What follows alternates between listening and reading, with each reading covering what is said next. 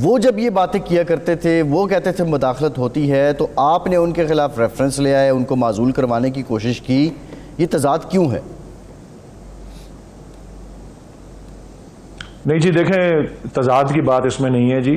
ایک تو مجھے بڑی حیرت اس بات پہ ہو رہی ہے کہ آج یہ کتنے دن اب گزر گئے ہیں، اب 8-9 دن گزر گئے ہیں اس خط والے معاملے کو سامنے آئے ہوئے. اس کو یہ ایک جواز بنا کے کہ جی یہ تو پہلے بھی ہو رہا تھا تو اس لیے اب بھی ہو رہا ہے تو ٹھیک ہے. یہ تو اگر پہلے کوئی جنگل کا قانون تھا تو اب بھی جنگل کا قانون چلتا رہے، یا ہم قانون کی حکمرانی اور آئین کی بالادستی کی طرف اگر چلیں. تو جو چیف جسٹس قاضی فیض عیسیٰ صاحب ہیں جی، ان کو اگر کوئی شکایت تھی اور اگر ہمارے دور حکومت میں کوئی شکایت تھی تو ان کو اپنی شکایت پر سپریم کورٹ میں جانے کا بھی موقع ملا اور اس پہ ان کو داد رسی بھی ملی. اس وقت تو کسی سپریم کورٹ کے جج نے خط نہیں لکھا کہ جی ہمارے فیصلوں میں مداخلت ہو رہی ہے، بلکہ میں نے آپ کو کہا کہ یہ آپ کو اس بات کی دلیل ملتی ہے. اور میں سمجھتا ہوں ہمیں کریڈٹ لینا چاہیے کہ پی ٹی آئی کی گورنمنٹ تھی، اور پی ٹی آئی کی گورنمنٹ میں ایک سپریم کورٹ کے جج جن کے اوپر ریفرنس تیار کر کے بھیجا گیا، اور وہ سپریم جوڈیشل کاؤنسل میں گیا اور ان کو یہ محسوس ہوا، جسٹس اس وقت تو جسٹس ہی تھے قاضی فیض عیسیٰ، کہ یہ ریفرنس غلط ہے، تو انہوں نے سپریم کورٹ سے رجوع کیا اور انہوں نے داد رسی حاصل کی. بلکہ ہم تو یہ سمجھتے ہیں کہ ہمارے دور میں عدلیہ کی آزادی تھی، اس لیے یہ ان کو داد رسی. لیکن جو آپ نظر آ رہا ہے جو ولی صاحب، یہ قطع کلام معاف، ولی صاحب سوال اس لیے اٹھ رہا ہے کہ خان صاحب کی تحریک انصاف کی آپ کی جو جدوجہد تھی وہ انصاف کے لیے تھی، آزاد عدلیہ کے لیے تھی. خان صاحب کہتے ہیں کہ میں ایک ہی دفعہ جیل گیا اور وہ آزاد عدلیہ کے لیے گیا. اگر اس وقت آپ لوگوں نے کچھ اقدامات کیے ہوتے، خان صاحب کہتے ہیں کہ قاضی فیض عیسیٰ والا ریفرنس کہیں اور سے آیا تھا، میری غلطی ہے کہ میں نے اس کو آگے بڑھایا. اگر اس وقت اقدامات کیے ہوتے، آزاد عدلیہ کے لیے کوئی مضبوط پالیسی بنائی ہوتی تو شاید یہ نوبت آج نہ آتی. یہ سوال اس لیے ہو رہا ہے. دیکھیں جی، پہلی بات یہ کہ کم از کم چلیں آپ نے اتنا تو تسلیم کر لیا کہ عمران خان صاحب نے یہ کہا کہ ان سے غلطی ہوئی ہے، اور یہ ریفرنس جو تھا وہ جو ہے جہاں کہیں سے بھی آیا تھا ان سے غلطی ہوئی. ٹھیک ہے جی، اب غلطی ہو گئی تو کیا اس کا مطلب ہے کہ اب یہی غلطی جو ہے ہم دہرائیں کہ ہم اس پہ کوئی آواز نہ اٹھائیں، یہ نوبت نہ آئے؟ تو اب نوبت کیونکہ آ گئی ہے جی. یہ تو آپ بالکل اس طرح کہہ رہے ہیں نا جس طرح مرزا غالب نے کہا مشہور زمانہ اپنے شعر میں کہ ہوئی مدت کے غالب مر گیا پر یاد آتا ہے وہ ہر ایک بات پہ کہنا کہ یوں ہوتا تو کیا ہوتا. تو آپ تو یہی کہہ رہے ہیں نا کہ جی خان صاحب نے غلطی تو مانی ہے، لیکن اگر اس وقت سٹینڈ لے لیا ہوتا اور اس کو روک دیا ہوتا ریفرنس کو تو یہ نوبت نہ آتی. تو لیکن یہ ہے نا کہ ان سے غلطی ہو گئی، انہوں نے ریفرنس کو نہیں روکا. ان کے وزیر قانون، بلکہ ان کو اگر آج بھی آپ کبھی طلب کریں اور بلائیں اپنے پروگرام میں، جو ڈاکٹر فروغ نسیم ہے، ان سے پوچھیں کہ آپ کیا سمجھتے ہیں. وہ تو کہتے ہیں ریفرنس بالکل ٹھیک تھا، وہ تو کہتے ہیں یہ منی لانڈرنگ کا کیس تھا، وہ کہتے ہیں ٹیکس ایویژن کا کیس تھا. یہ فروغ نسیم کہتے ہیں، انہیں بلائیں کسی وقت. بہرحال آپ کی رائے وضاحت دے چکے ہیں. اگر غلطی مان لی تو اس کا یہی مطلب ہے نا. آپ کی رائے کیا ہے؟ جی تو میں یہی تو کہہ رہا ہوں کہ اگر وہ غلطی مان لی ہے تو اب یہ نوبت چونکہ آ گئی ہے تو ہم اس نوبت کو اپنے عروج پر جانے دیں، یا ہم اس کا ازالہ کریں، یا ہم اس کو ختم کریں. اور اب آپ یہی دیکھ رہے ہیں یہ تسلسل ہی ہے نا کہ ان کو وہ ڈاک کے ذریعے ولید صاحب یہ بتائیں خطوط تو ابھی اس معاملے پہ انکوائری ہونی ہے، وہ پتہ چلے گا کہ خطوط کون لکھ رہا ہے. انگلیاں تو آپ پہ بھی اٹھ رہی ہیں کہ ہو سکتا ہے کہ موقع کا فائدہ اٹھانے کے لیے، سیاست چمکانے کے لیے آپ کی جماعت ہی لکھ رہی ہو. انگلیاں تو آپ پہ بھی اٹھ رہی ہیں. ابھی تو اس کا تحقیقات ہونی ہیں، جو خطوط ہیں، جو دھمکی آمیز خطوط سامنے آ رہے ہیں. ہاں جی، تحقیقات ہونی ہے جی، تحقیقات ہونی ہے. اور ہماری جماعت کو اس سے کوئی بینیفٹ نہیں ملتا کہ ہم اس طرح کی کوئی چیز کریں، اور نہ ہماری جماعت کے پاس کوئی اس طرح کی رسائی ہے. ولی صاحب، یہ آپ ایک ماہر قانون بھی ہیں، صرف سیاستدان نہیں ہیں. یہ فرمائیں کہ اب یہ معاملہ لارجر بینچ میں ہے، شاید اس کے عید کے بعد فل کورٹ میں چلا جائے گا. آپ سمجھتے ہیں کہ یہ فل کورٹ سماعت کے بعد یہ معاملہ ہمیشہ کے لیے نمٹ جائے گا؟ آزاد عدلیہ کا جو تصور پاکستانی عوام کرتے ہیں وہ ہمیں مل جائے گی؟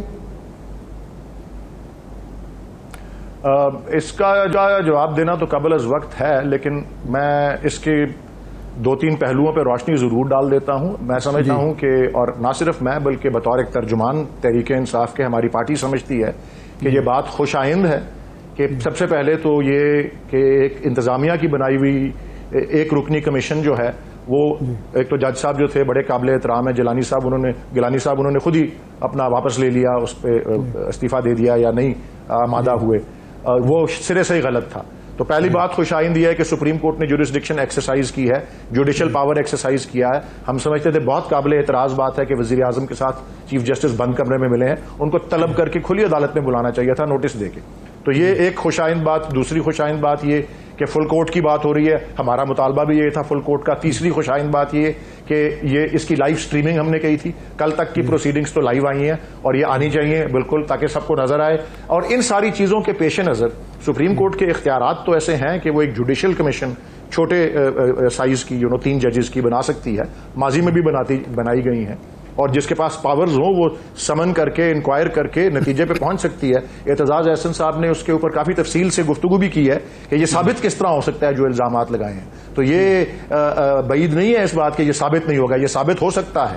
اور یہ سب کچھ اگر ہو جائے تو یس پھر جو متعلقہ افراد ہیں جو کہ مرتکب ہیں اس سارے، اور یہ جرائم ہیں یہ سارے، کسی کو دھمکانا، کسی کو ڈرانا، تشدد کرنا، چادر اور چاردیواری کو تحفظ کو پامال کر کے جاسوسی کرنے کے لیے کیمرے لگانا، اور وہ بھی پھر آئینی عہدے داروں کے گھروں کے اندر، تو یہ سب جرائم ہیں. جب ان کی سزا دی جائے گی تو میں یہ تو نہیں یقین سے پاکستان میں لوگوں کو سزا بھی ہوتی ہے اور پھر بھی جرائم ہوتے رہتے ہیں، میں یہ تو نہیں یقین سے کہہ سکتا کہ یہ ہمیشہ کے لیے رک جائے گی، لیکن ہم ایک صحیح سمت میں چلے جائیں گے. اچھا ولی صاحب، ایک کل کورٹ میں بھی یہ بات ہوئی اور عام طور پر جو مختلف قانون دانے یہ کہہ رہے ہیں کہ ان ججز نے خط لکھنے کی بجائے خود جو ان کے پاس اختیار تھا توہین عدالت کا وہ ایکسرسائز کیوں نہیں کیا؟ آپ اس کی کیا وجہ سمجھتے ہیں؟ دیکھیں جی، میں ان کے بحاف پہ تو نہیں بول سکتا نا جی، وہ یہ تو خود وہ بتائیں گے. لیکن آپ کا نقطہ نظر یہ ہے کہ یہ خط ٹھیک تھا، وہ ایکسرسائز نہیں کرنا چاہیے تھا، آپ بھی یہی سمجھتے ہیں؟ دیکھیں جی، میں آپ کو بتاتا ہوں اصل بات کیا ہے. اور آج اگر آپ اس پہ بہت سے تبصرے بھی آئے ہیں اور بڑے بڑے سمجھدار مبصرین نے اس پہ تبصرے لکھے ہیں، تو دیکھیں ججز کے پاس تو قلم کی قوت ہی ہوتی ہے نا جی. ان کے پیچھے کوئی ٹینکس یا کوئی توپ خانہ یا کوئی یا اس طرح کے کوئی اسلحہ تو نہیں نہ ہوتا. وہ ایک مورل اتھارٹی ہوتی ہے. اور یس، ہمارا آئین یہ واجب کرتا ہے تمام اداروں کو کہ وہ سپریم کورٹ کے احکامات کی تعمیل کریں. سو یہ سب تو کتابی باتیں ضرور ہیں. انفارچونیٹلی پاکستان کے حوالے سے تو کتابی باتیں لگ اس لیے رہی ہیں کہ آپ ایک طرف دیکھیں کہ کس ذہنی اذیت کا شکار ہوئے وہ جج صاحبان. بلڈ پریشر کی شکایت پہ ہسپتال جانا پڑ گیا کسی کو، کسی کے عزیز کو جو ہے وہ بجلی کے الیکٹرک شاکس لگا کر جو ہے ان سے کوئی بیانات لیے گئے. تو یہ جب خوف کا ماحول ہو تو آخر وہ بھی انسان ہیں، ان کے پاس اختیارات تو ضرور ہیں. آپ اور میں اگر ایسی پوزیشن میں ہوں، آپ سمجھیں کہ یہ پتہ نہیں کہ اپنے اختیار کو استعمال بھی کر سکتے ہیں یا نہیں، کہ آپ کے اوپر جو ہے وہ جو مائٹ از رائٹ، یعنی کہ قوت کے زور کے، قوت بازو کے زور سے جو ہے وہ میں محاورہ استعمال کر رہا ہوں، لیکن آپ میری بات مجھے امید ہے سمجھ گئے ہوں گے. جی یہ کر سکتے. میں یہ بات کو یہ میں ایک آئیڈیل ورلڈ میں ہونا یہی چاہیے تھا، لیکن آئیڈیل ورلڈ یہاں ہے نہیں نا اصل میں، یہ مسئلہ ہے.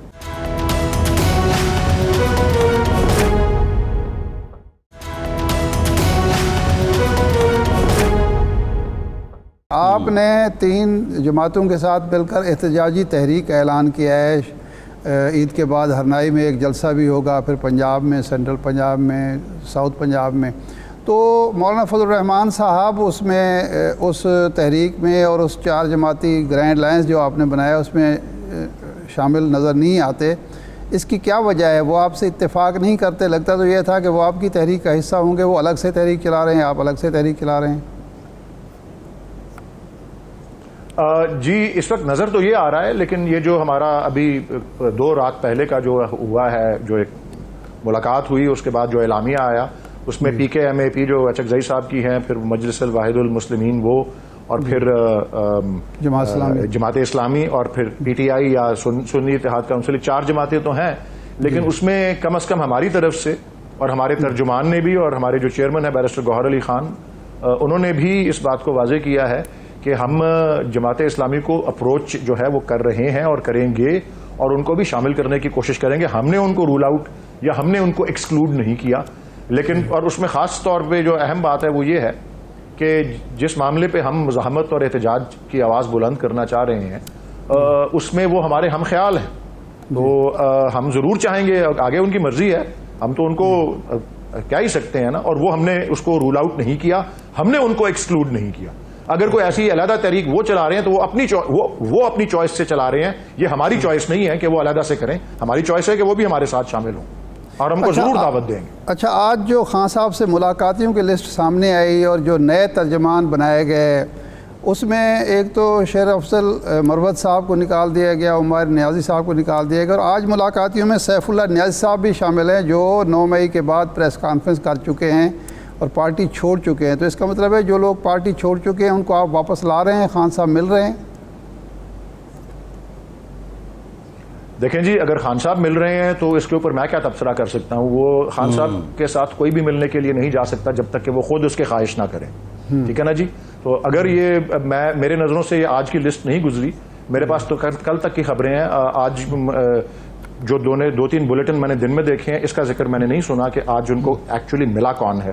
میرے اطلاع کے مطابق جو ایک کالیگ میرے علم میں جو جا رہے تھے, جس کی وجہ سے ہماری ایک میٹنگ منسوخ بھی ہوئی جو زوم پہ ہونی تھی, وہ رؤف حسن صاحب تھے. ان کے بارے میں میرا نالج ہے. بہرحال اگر ایسی بات ہے اور سیف اللہ نیازی صاحب ان کو ملے ہیں تو ظاہر ہے عمران خان صاحب کی خواہش تھی کہ وہ ملیں, تو اس لیے ملے ہیں. تو یقیناً میں آپ کو عرض کر دوں, یقیناً اس میں بہت سے لوگوں کو اندازہ ہے, شاید ان کے لیے پالیسی بدل جائے, اور چلے پالیسی میں سختی 8 فروری کے الیکشن کے ٹکٹس کے ایوارڈ کے لیے تو بہت زیادہ تھی, اس میں وہ واقعی بہت سختی تھی. اب وہ ہو گیا اور اس میں اللہ تعالیٰ نے بہت کامیابی سے نوازا, سرخ رو کیا, اس کو مسخ کر دیا گیا, نتیجے کو ڈسٹارٹ کر, وہ ایک الگ بات ہے. لیکن ہو سکتا ہے اس میں نرمی آ گئی ہو, تو وہ بھی کوئی ایسی انہونی بات نہیں. صحیح ہے. اچھا, ہمارے پرانے سیف اللہ نیازی صاحب کی بڑی خدمات ہیں پارٹی کے ساتھ. جی, شیر افضل مروت صاحب کا کیا معاملہ ہے؟ کبھی وہ ترجمان مقرر ہوتے ہیں, 2 دن کے بعد ان کا نام نکال دیا جاتا ہے, فوکل پرسن وہ نہیں رہتے, یہ کیا چکر ہے؟